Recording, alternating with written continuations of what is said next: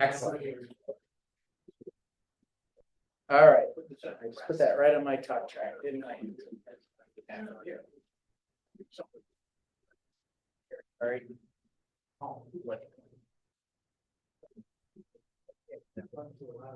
I got so many fun facts, I had to write them down. All right, you guys in high finance over there? What's going on? Very low finance. Big transaction. Keep it low. All right, so why am I talking about ducats? You do recall that I am Dutch, right? Also, they're very cool. And I love the heraldry on them. So we're going to talk about that. And there's a lot of fun facts in here. So when you go home, hopefully you remember one of them. And how do I make that get off there? There we go. Look at that. All right. And so here is your first look at a silver ducat. We'll get some better ones. So what are we talking about? We're talking about Europe, and I'm going to start with a picture around 1500. So the countries look a little goofy here. And there's this one I'm pointing to in the red called the Low Countries, right? And that is the geographical region that is sort of signified by the fact that it's really low-lying terrain. A lot of it was like near sea level on the North Sea there. And this is the area of present-day Netherlands, Belgium, and Luxembourg. Right? Obviously, they're still looking for a good name for this region because Low Countries, I don't know. So this was right between the France and the Empire, they called it back then, which is kind of fun. It is a loosely related group of independent provinces. They were duchies and then they were provinces and they were sort of struggling with who's in charge of what. Not all of this area will be relevant today because the part in the south were a bunch of chickens and the part in the north decided to be rebels. And I talked before, and that's why I got an orange arrow here on the left. When I talked about the Dutch East India Company, I kind of gave the history of this area up to about this point where the arrow comes in. And I mentioned in a big sweeping one bullet statement in 1648 was sort of the start of the Dutch Republic, which is actually a nickname. It's really called the United Provinces of the Netherlands, kind of like United States, which is weird, of America, right? But so they've got that going. They didn't copy us, by the way. But anyway, it was a cool time because coins really took off in that area. It was really neat. A lot of things going on. These sort of more detailed bullets below, I must have hit the button. The detailed bullets below kind of give the complex relationships, right, that were going on with other European powers. And that led to really a desire for stability. And that stability would lead to commerce. And that commerce would create a need for a standardized coinage system and an increased amount of trade, especially. So then they needed coins that were good for trade and they needed coins locally. And then somebody thought, hey, let's get a coin that works home and abroad. And that is what the silver ducat is. So kind of fun things in here. And each one of these could be its own little mini presentation, but they were under Spanish Habsburg rule. They decided the 7th northern provinces decided to revolt. They had one county, not big enough to be a province. That one also revolted. And they went to the French king and they were like, hey, you should be our king. And he sent his brother over and said, you be king. But there's a reason he wasn't king. He was incompetent. And that thing ended in 1583. It was kind of messy. At that time, this William of Orange or the House of Nassau, and it's not the Bahamas, that's Nassau, Germany. He stepped up and kind of was like, hey, I'll be the stadtholder, which is like the chief landowner, the king. And he took over for a little while. And then those wily Spanish boogers, they put a price on his head. And some very disgruntled guy took him out. So walked up and killed him. And they caught the guy. And there's a whole Wikipedia page on what they did to him. And every sentence of it will keep you up for nights. Very, very nasty stuff. But they got the guy. So after that, they were like, hey, French king, could you just be our king? Can we just be part of France? And he was like, no, you guys are too Protestant. I don't know. But in England, we had a whole thing going there. So Queen Elizabeth was like, well, I bet I could stabilize the area. And she marched an army over there with the Earl of Leicester, right? And made him the governor. And that went on for a little while. And then the Dutch decided, hey, we should just be our own independent body. And they created the States General, which is sort of the nickname of the country at the time too. But they basically put a guy from each of the provinces onto a council, and they made themselves a neat little government. And they were off. And so this is a map that I overlaid little outlines of in the 1500s, what those 7 provinces would be. This part here would have been water back then, and now it's Flevoland, right? And this Drenthe was a county, not really a province, and now it's a whole province, and it has a different name. But here's the 7 that I'll talk a little bit about them because they're all different and kind of cool. But so what happened? They said, hey, we got to organize this money. So they had a few problems. The first is that all of the 7 provinces were issuing money. Some of the cities also were issuing money. Everybody liked issuing money because making money was big money, right? Nobody wanted to give up that local control of the local profits. The local government said, make us 1,000 coins for 1,000 somethings, and you would spend about 900 whatevers to make those coins, and you'd pocket the rest, right? There's a cool term for that, seigniorage, if I said that right. It has an extra couple vowels in it. So that's a neat thing. So they were doing that, and the States General said, okay, we got to standardize. So in 1586, they made a law, and hey, we're going to make standards for weight and all these things. And everyone's like, that's a great idea. And they just ignored it. And in 1606, they tried again. They had this thing called the ordinance. Again, they standardized the money. One thing they did accomplish was sort of set a standard against foreign currency, because there's a lot of coins going in and out from every country. So they standardized those, and they had this Reichsdollar that kind of became standard. But otherwise, there were still a lot of things going on. And then people got, you know what people do? They just get smarter and smarter, right? You got an economic system, I'm going to figure out a way to get rich off it. So first, the money lenders started grabbing all of the coins that hadn't been clipped, the biggest ones, and they would pull them out and hoard them. So you give them a big coin, and they would introduce a bunch of clipped ones. And so they were getting rich off it. Then those nasty kingdoms in the South, they started making new coins and saying, yeah, it's worth the same as that coin. Only they were debasing them, right? So they were making a coin of a certain value, but putting a little less silver in it. And what did that cause? That meant all the big coins with a lot of silver started flowing south, where somehow they got melted into these new coins that started flowing north. So that caused the exchange to be deprecated a couple times. They kept backing off on the value of these coins and trying to make them on par with the ones coming from the south. And it was like a escalating war. Finally, those guys in Amsterdam, they were I call them the Jews of the time, and I say that affectionately, like I think it's a compliment. They were the good businessmen, right? They were like, we're gonna fix this so that we do well and it's fair for everybody, kind of. And they did.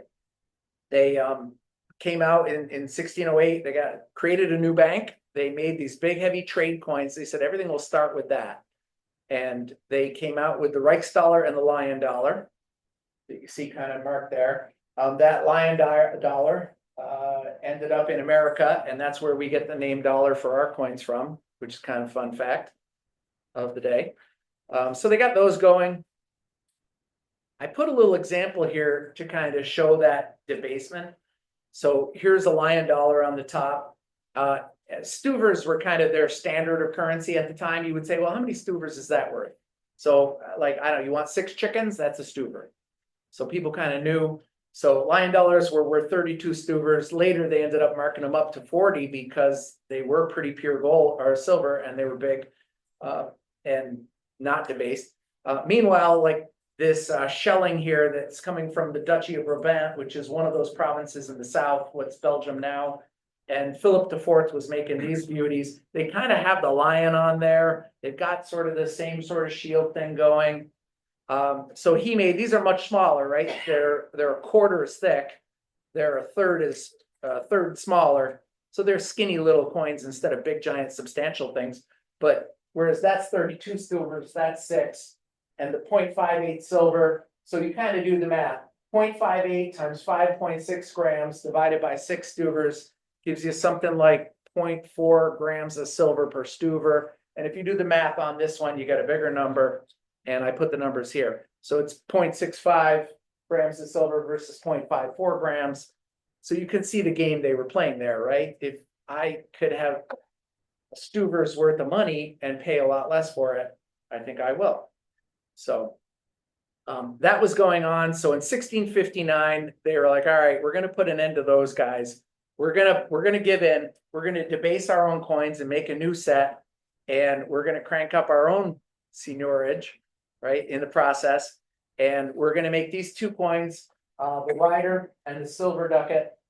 And the riders were a little bit bigger, and they were generally for trade. I think I talked about them a little bit last time. They were pretty much shipped out. But the silver ducat was like the coin for everyone. You could use it at home. You could use it if you want to put a bunch on a ship and send them around the world. And they're kind of cool. So silver ducats, right? So starting in 1659, here's one from 1606. You're like, oh, that's wrong. That's because there was a 10 stuver piece in 1606. The States General just took the design and said, we'll use that. Kind of like today's silver eagle, right? They just said, well, we got this great $50. Let's just use that. So what do you have? You have on the front the knight, and he's got a big shield. I'm going to talk about the shields. The shield is the provincial shield. So wherever it was made, that's going to be different. On the back, you've got the shield of the States General. I'll talk a little more about it. I always love the Latin on these things. They've got some great lines. Pretty simple on the front, new silver coin of the province of the Netherlands, and then they put the name of the province that made it. Everybody's got to get their name on there. And on the back, union is strength. I'm like, wow, this sounds really American kind of, doesn't it? So kind of neat. They reproduced them at each mint. They had different engravers. They weren't all good. Some of them got a little crazy and kind of put their own things. One of them put "Give peace, O Lord, in our days." That obviously is the very religious province. You'll be able to guess which by the end of this. And they started out making them with hammers and anvils. And later the people in Amsterdam were like, hey, what if we had a machine? So they did. So I'm going to go to the back of the coin first. Right, a little better picture, hopefully. The arms of the Dutch Republic and Union of Strength. So they've got, it's called a rampant lion. He's standing up on his back feet, which is a fighting stance. He's got his sword. He's ready to get you with that. And all of the literature says he's holding 17 arrows because they had 17 provinces. And if I go to my talk track, I actually know why. It was 17, and it was because there were 17 provinces. But remember, I said only 7 of them joined. Well, they were holding out hope that there'd be some more. So they gave up on that in 1795. So from 1659, they were like, yep, they're going to join us. I swear they are. And 140 years later, they're like, well, maybe not. Right? I guess not. We'll give up. But in most of these things, if you look at them close, even though it says in the documents from the days there'd be 17 arrows, there's 7 arrows in that guy's paw, and that's anyway. So I think they put the 7 arrows in there and then just told everyone they represented 7. So that's kind of a weird fun fact. But that's kind of a modern day version of the same shield, which is still used today to represent the country as a whole, which is kind of neat. So let's see, that lion came from the Burgundian Netherlands, was first on a crest in 1478.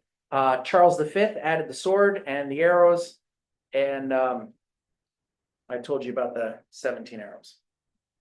So kind of going to the other side of the coin, right? So I just randomly sort of picked Zeeland here. If you remember on the map, they were all the way down on the bottom on the coast. So they're seagoing, I think Rotterdam, their biggest ports in there. So this is a modern flag of Zeeland, and this is unchanged, right? So it's got the wavy lines. I tell you, when I first saw this, I thought it was a drowning lion because they don't swim. But it's called the swimming lion. They do swim. So the lion is, you see lions everywhere. That's a symbol of European heraldry that's old. It represents strength, courage, and royalty. The fun thing is they're using a lion, but they were kind of trying not to be royal. They have a king, They had a prince at this time, but then they had a king. But they kind of were like, yeah, but we have a government of the people, sort of, not from the people though, really from the lords. But the States General. So looking at another one of these guys, West Friesland. So my family's from Friesland, so I like Friesland.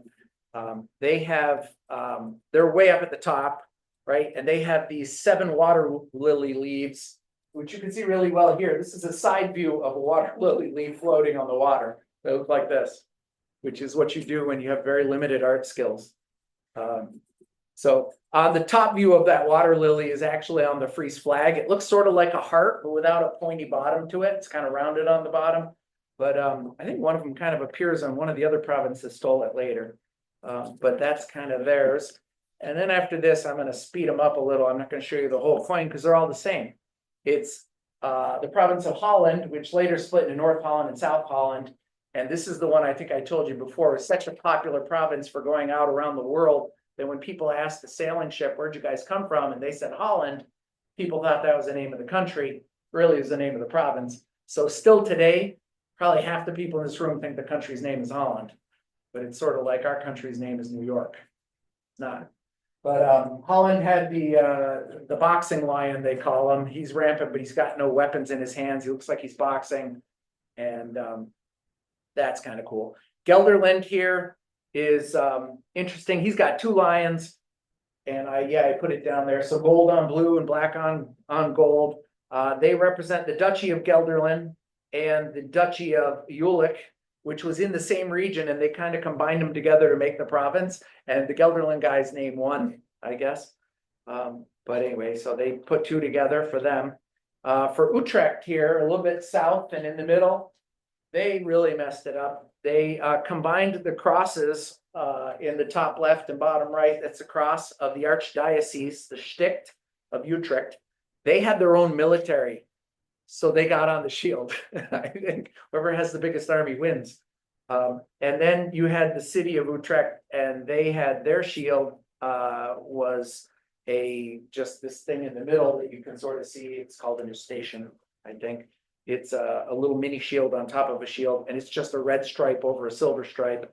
And then they put the lion from the back, the sort of big province lion on it. So they just made a mess of it. They got everything on there.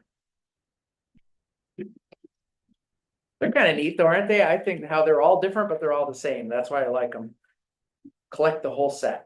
It's like Hot Wheels. So the hardest one to pronounce, probably Overijssel. A lion over a blue fessy wavy. What's a fessy wavy? Well, a fessy is a line across a shield. A wavy is a modifier for a line, meaning that it's a wavy line. And that usually means water, like typically a river, sometimes the sea. In this case, it means the river Issel. And you can imagine why they call it Overijssel. So it's the Overijssel. In Groningen, off to the side, right? These guys a little more agricultural. So their coat of arms is got the shield of the city of Groningen and of the Omerlanden, which means the region around the city.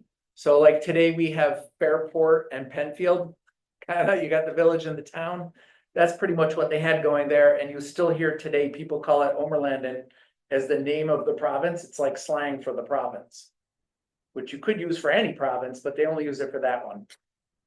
So they've got that.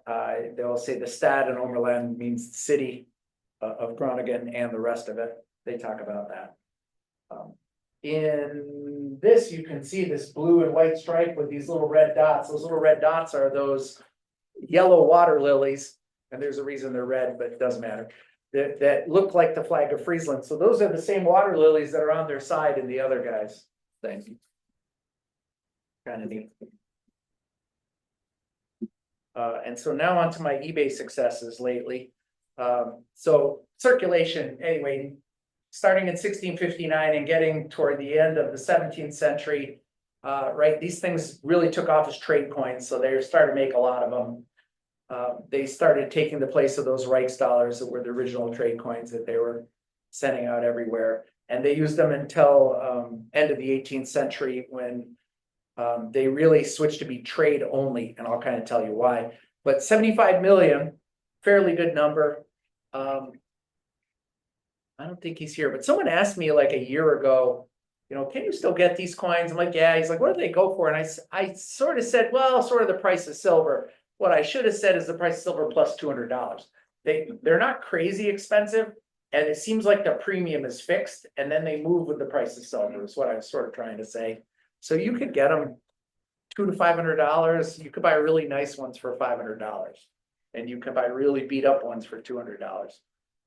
There's a couple on eBay right now I'm bidding on. In terms of circulation, Holland was the big economic center, Amsterdam, a couple of the biggest cities, Zealand, obviously because of Rotterdam and all the shipping. They needed the most ducats for trade, so they made the most. In contrast, provinces like Overijssel and Groningen, those are the farming communities to the east, they made a lot smaller number of coins. They have much smaller economies. So their coins are really rare today and much more collectible, even though a lot less people care about those regions because nobody's from there. If you're from there, you probably still live there.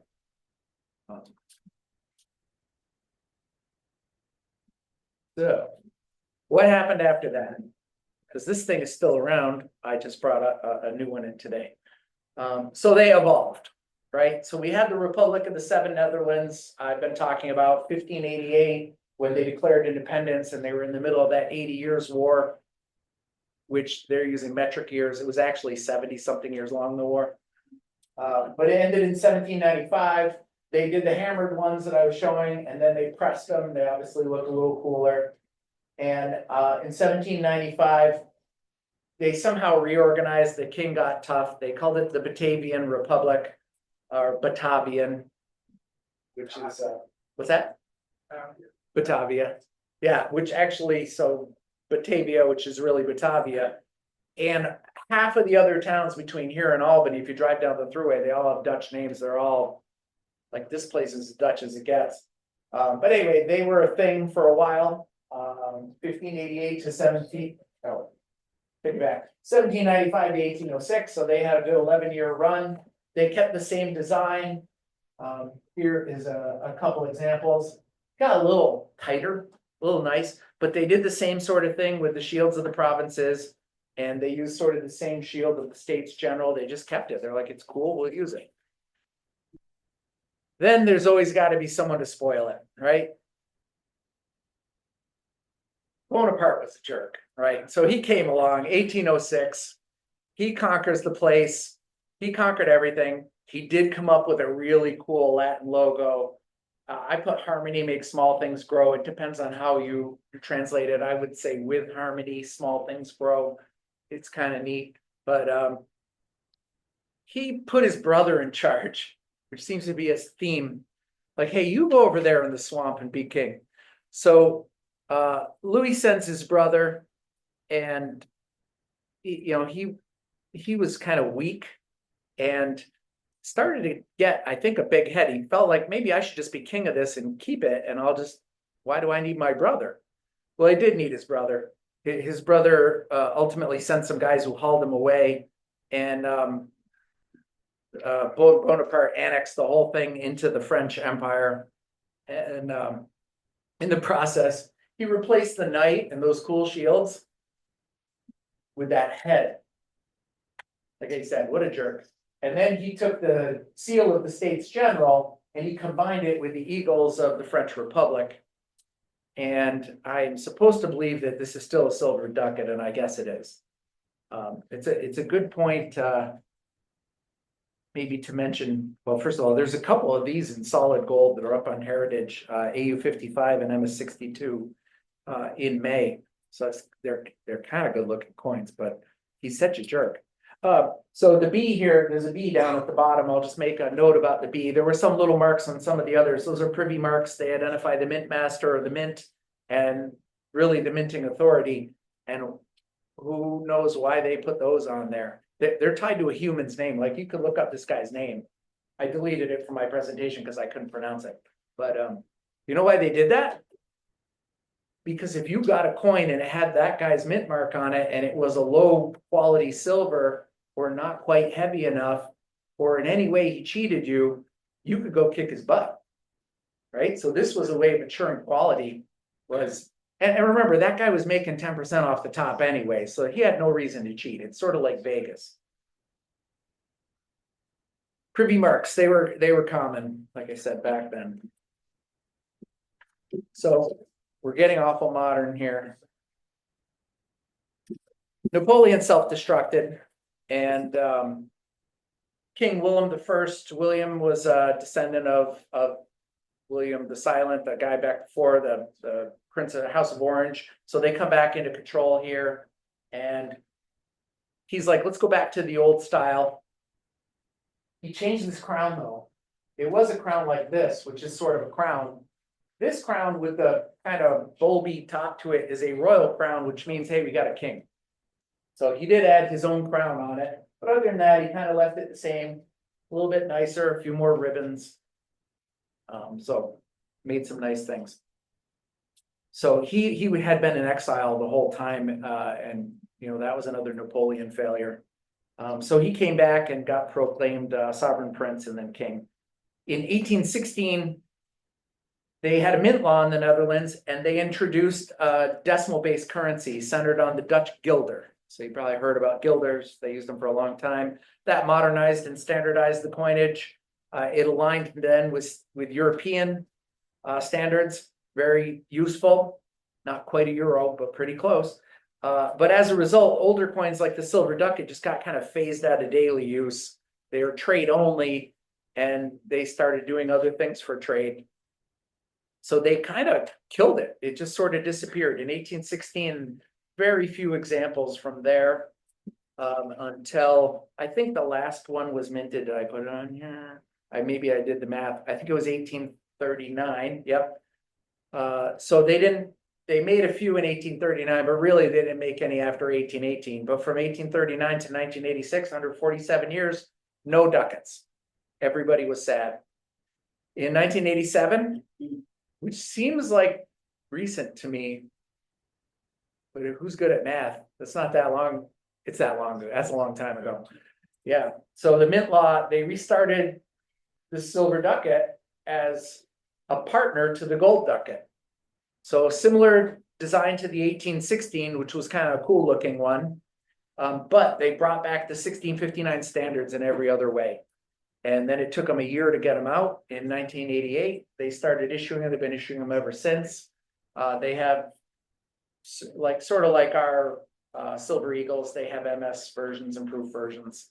And I threw a couple pictures on here of some modern ones.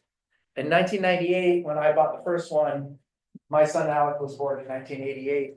And as I mentioned, we're from Frisia. So it happened by chance that year of 12 years, they had 12 provinces now, and they made one a year for 12 years. And the year that he was born was the province that my family's all from.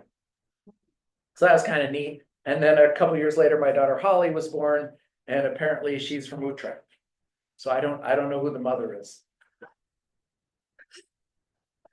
Or the father's at question. I don't know. Someone's at question there. But anyway, so I got those. I brought them in. They're kind of cool. So this is sort of the modern series, right? In 88, I said they did the 12 provinces. So they banged those out. Then they decided to do Dutch castles, which is cool because they produced the first three and I got them. And I've been to all three of those castles. And I've been to like 6 more Dutch castles. I was pretty excited. And then they switched to access roads. I Googled this and there's nobody can explain it. It's totally unknown. Possibly the presence of aliens. So they decided to do city gates. I thought Chip will be excited. I'll put one on here. So if you go there and you go into old cities, they dug moats around them and they're star shaped and they could defend them. But on each end, there's a bridge and a road coming into the city and they've got a city gate and they're these little, they're exactly like that. I got a lot of pictures of them and they're really neat. They got a lot of decorations on them and they look really old and they are.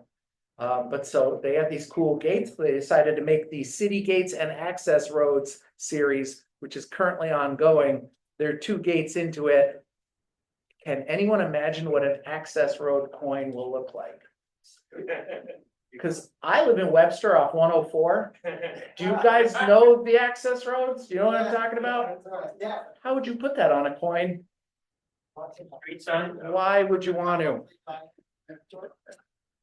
All right, so I asked AI to write me a single concluding sentence. Are you ready? The silver ducat was the cornerstone of Dutch commerce and international trade. It serves today as a symbol of the Netherlands' economic strength and independence during its golden age. And that's all I got. Thank you. We can end recording. I'll have to play that back for my mother. I didn't say anything bad, right?